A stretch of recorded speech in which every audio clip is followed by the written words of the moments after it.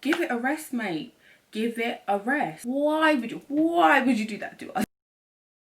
Will Smith butchered that accent. Like, it was starting to sound Jamaican, and it was just nowhere near a Nigerian accent. Hey guys, it's Jheniecee and I'm back with another video. Today I'm talking about whether Clubhouse is the new Twitter. It's just one of them days. So basically I'm just going to be telling you guys what's been happening on Clubhouse and what it's really about. So basically Clubhouse kind of started off as like just like a elitist thing, like only certain people were allowed to have it. I don't even know how they did it and like how they made it elitist. It was kind of like an elitist thing for about 2 weeks, and then it's like if you sign up for Clubhouse and if somebody on your contact list has Clubhouse, then you can become a member on Clubhouse, and that's how you get onto it. That's how it became easier for people to get, and also you get invites, and I think they've been giving out more invites as, you know, time has gone on. It's basically Twitter, but you can hear people's voices. Apparently it's similar to House Party. A Clubhouse, I mean, is like the new House Party. Remember people getting hacked and all that from House Party? So Clubhouse is basically a thing where there's one moderator or there's a few moderators in a room where there's a topic and people are talking about the topic. But what's a bit different about it is that not everyone can contribute. So there's a moderator, there's either one moderator or a few moderators, then they allow speakers up. You can raise your hand to go up if you want, but the moderator has to allow you to go up, or sometimes they choose people to go up. Like, it is quite cliquey, obviously, because a lot of the time, if you're not an influencer or if you're not well known on Twitter, if you make a room, nobody's going to join. But if you're an influencer or you're bait on Twitter, if you make a room, people are going to join just because you're bait on Twitter. And the thing is with Clubhouse is it is basically the new Twitter, because somebody says something inflammatory and then it's the topic of the town. If somebody hasn't made an inflammatory titled room, then in a room while they're discussing something else, somebody brings something up and then something else inflammatory comes up and is the topic of the town. I'm gonna start off with the colorism thing. There was a big talk about colorism, and this is like the big talk about it. It's literally been the talk of Clubhouse for like 2 weeks, okay? And it's literally developed into loads of things. A lot of things that are happening to the media has caused colorism to continue to be a topic on Clubhouse, and I keep seeing like other rooms about it. Obviously I'm talking more about the UK one because that's the one that I'm in mostly, but there's been other ones like light skin versus dark skin and all that kind of stuff. There's one guy who made a room and the title was called "Are Black Women Bad in Bed?" and it just pissed off a lot of black women. It was an inflammatory title, so unprovoked. Then the person that made the room brought up a Caucasian woman to speak, and it was just like, why would you do that to us? Why would you do that to us? Excuse me? What kind of question is that? First of all, you know that's going to cause controversy, and that's another thing. I think people do that kind of stuff on purpose. They make titles with inflammatory names because they know it's going to cause controversy. Everyone's going to come into the room. Loads of people are going to follow that person because some people are just like that. You know, they're not outraged by this kind of stuff, probably because they think the same thing. And then basically everyone was just dragging that person. The way that person got dragged, yeah, then it just became a talk about colorism and how, you know, they just disrespect us.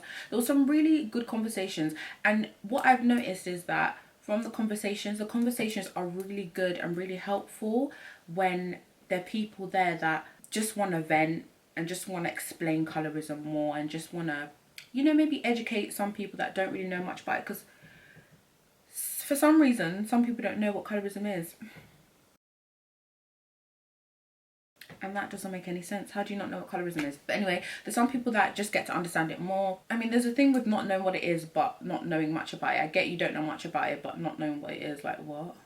Where have you been? And this is why I say it's Clubhouse to do Twitter, because there's always that one person that comes on the stage and says something stupid, and it always starts off with, can I ask a question? Or there's a woman that defends colorism in some sort of way, and there's one person that has said colorist things on their Twitter. So that room ended, then there was other rooms made, and then people were talking about colorism.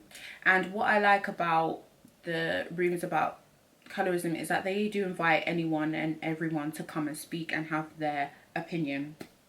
Not opinion, but just speak and share experiences and, you know, what they think about it.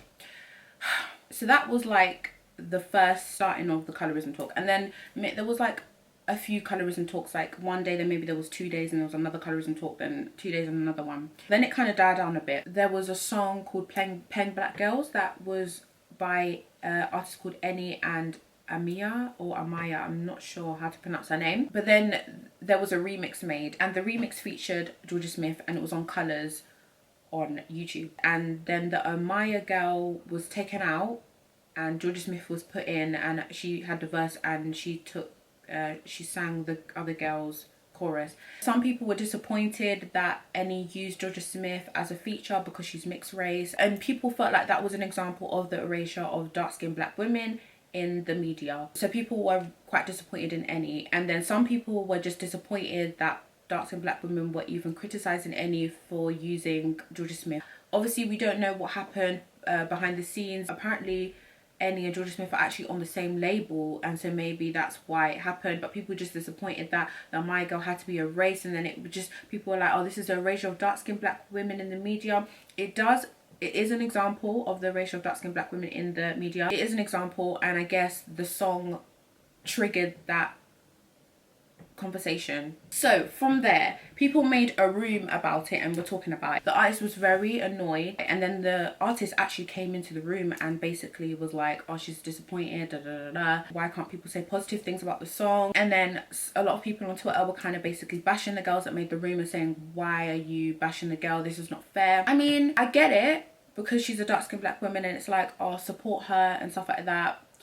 But people talk about music videos and features and stuff all the time. When WAP came out, people were like, why did Megan use Cardi B? It's always a conversation. So that's what happens when your song goes viral. It's always a conversation. I think it's always a conversation. Then somebody made a room and named the room Do We Just Hate Jorja Smith? Then the person that made that room, I think she just didn't like Jorja Smith, because she kept saying that she doesn't rate Jorja Smith, and it was like, okay. But then some of the people in the room, like, were not really here for that kind of conversation. They were just here for the conversation of the erasure of dark-skinned black women in the media.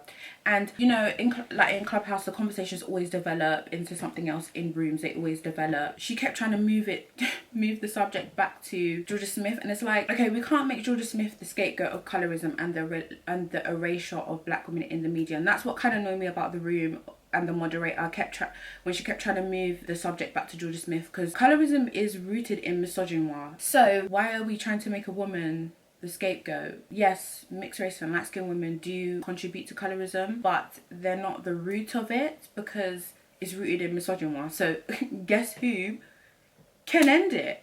Men. And I just think stuff like that is not helpful. Then there was one room where a guy, okay, so there was is the person an influencer? I don't even know. The person made a room, and it was about domestic violence, like, is it ever okay to hit a woman? And that person that made the room has been accused of something similar. That was another thing that caused everyone to be in uproar for a few hours. Like, another thing, let's go back to the colorism thing. What we also realize is talking to men about colorism is very frustrating, because a lot of the time there would be like a guy that would say, can I ask a question? And then they'd ask an ignorant question. Like, you just move them to the audience. I don't understand why you're even arguing with this person.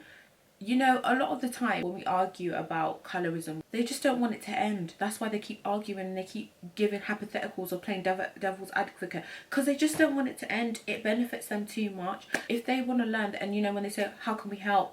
You know, yesterday there was actually a talk about colorism, and like, there was one person saying, there was one guy asking, how can we help? And then the woman will actually like read a book, because they're just fed up. Like, how many, like, they've literally been talking about colorism for 2 weeks, okay, but like almost every day, and people are still asking, how can we help? And then the women were just like, we're tired, read a book, figure it out. That's basically what they were saying. And it's like, I'm happy, because why just stop wasting your energy arguing with people about colorism, because these people, it either benefits them too much or they don't want it to end because they want to stay. Stop arguing with these people. Not everyone's colorist. We can just be friends with the people. We can just coexist with the people that aren't colorist and leave them, because who has time for it? Who has time for it? It takes up too much energy. Black Brits versus Black Americans. Okay, so at first they were talking about how America, like they were basically complaining that Black Brits take all the Black Americans acting jobs. You know, there's a lot of movies that they make in America where they have Black Americans portraying countries from, for example, Nigeria. I will give an example. Fat Girls, that movie with Will Smith where he played a Nigerian character. Will Smith butchered that accent. Like, it was starting to sound Jamaican, and it was just nowhere near a Nigerian accent. And a lot of the time, Black Brits just have to go to America because the acting scene is just better there. There's more opportunity there. There's a lot more opportunities, and I mean, we're all Black. We should all be happy that we're all getting opportunities. I don't really get what the issue is, but yeah. And I think we should look at the bigger picture, that Black people are being represented, and there's Black actors that are getting jobs. You know, there's amazing actors in America, there's amazing actors in the UK. Why can't we come together? I just think we deserve a chance as British people, because the market in the UK is not okay. It's not good enough, and you know, that's why they have to go to America. But we're all Black. Let's just be happy for each other. But I will say, there is one person that has been making Black Americans versus Black Brits on Clubhouse a room every single day for the past 2-3 weeks without fail, even on Christmas Day. And it's like, give it a rest, mate. Give it a rest. It just takes one person to start a room, and then like literally everyone's debating. Some people have been really creative on Clubhouse. You know, they've been doing Take Me Out, He Who Find Of, Do You Have Hoy?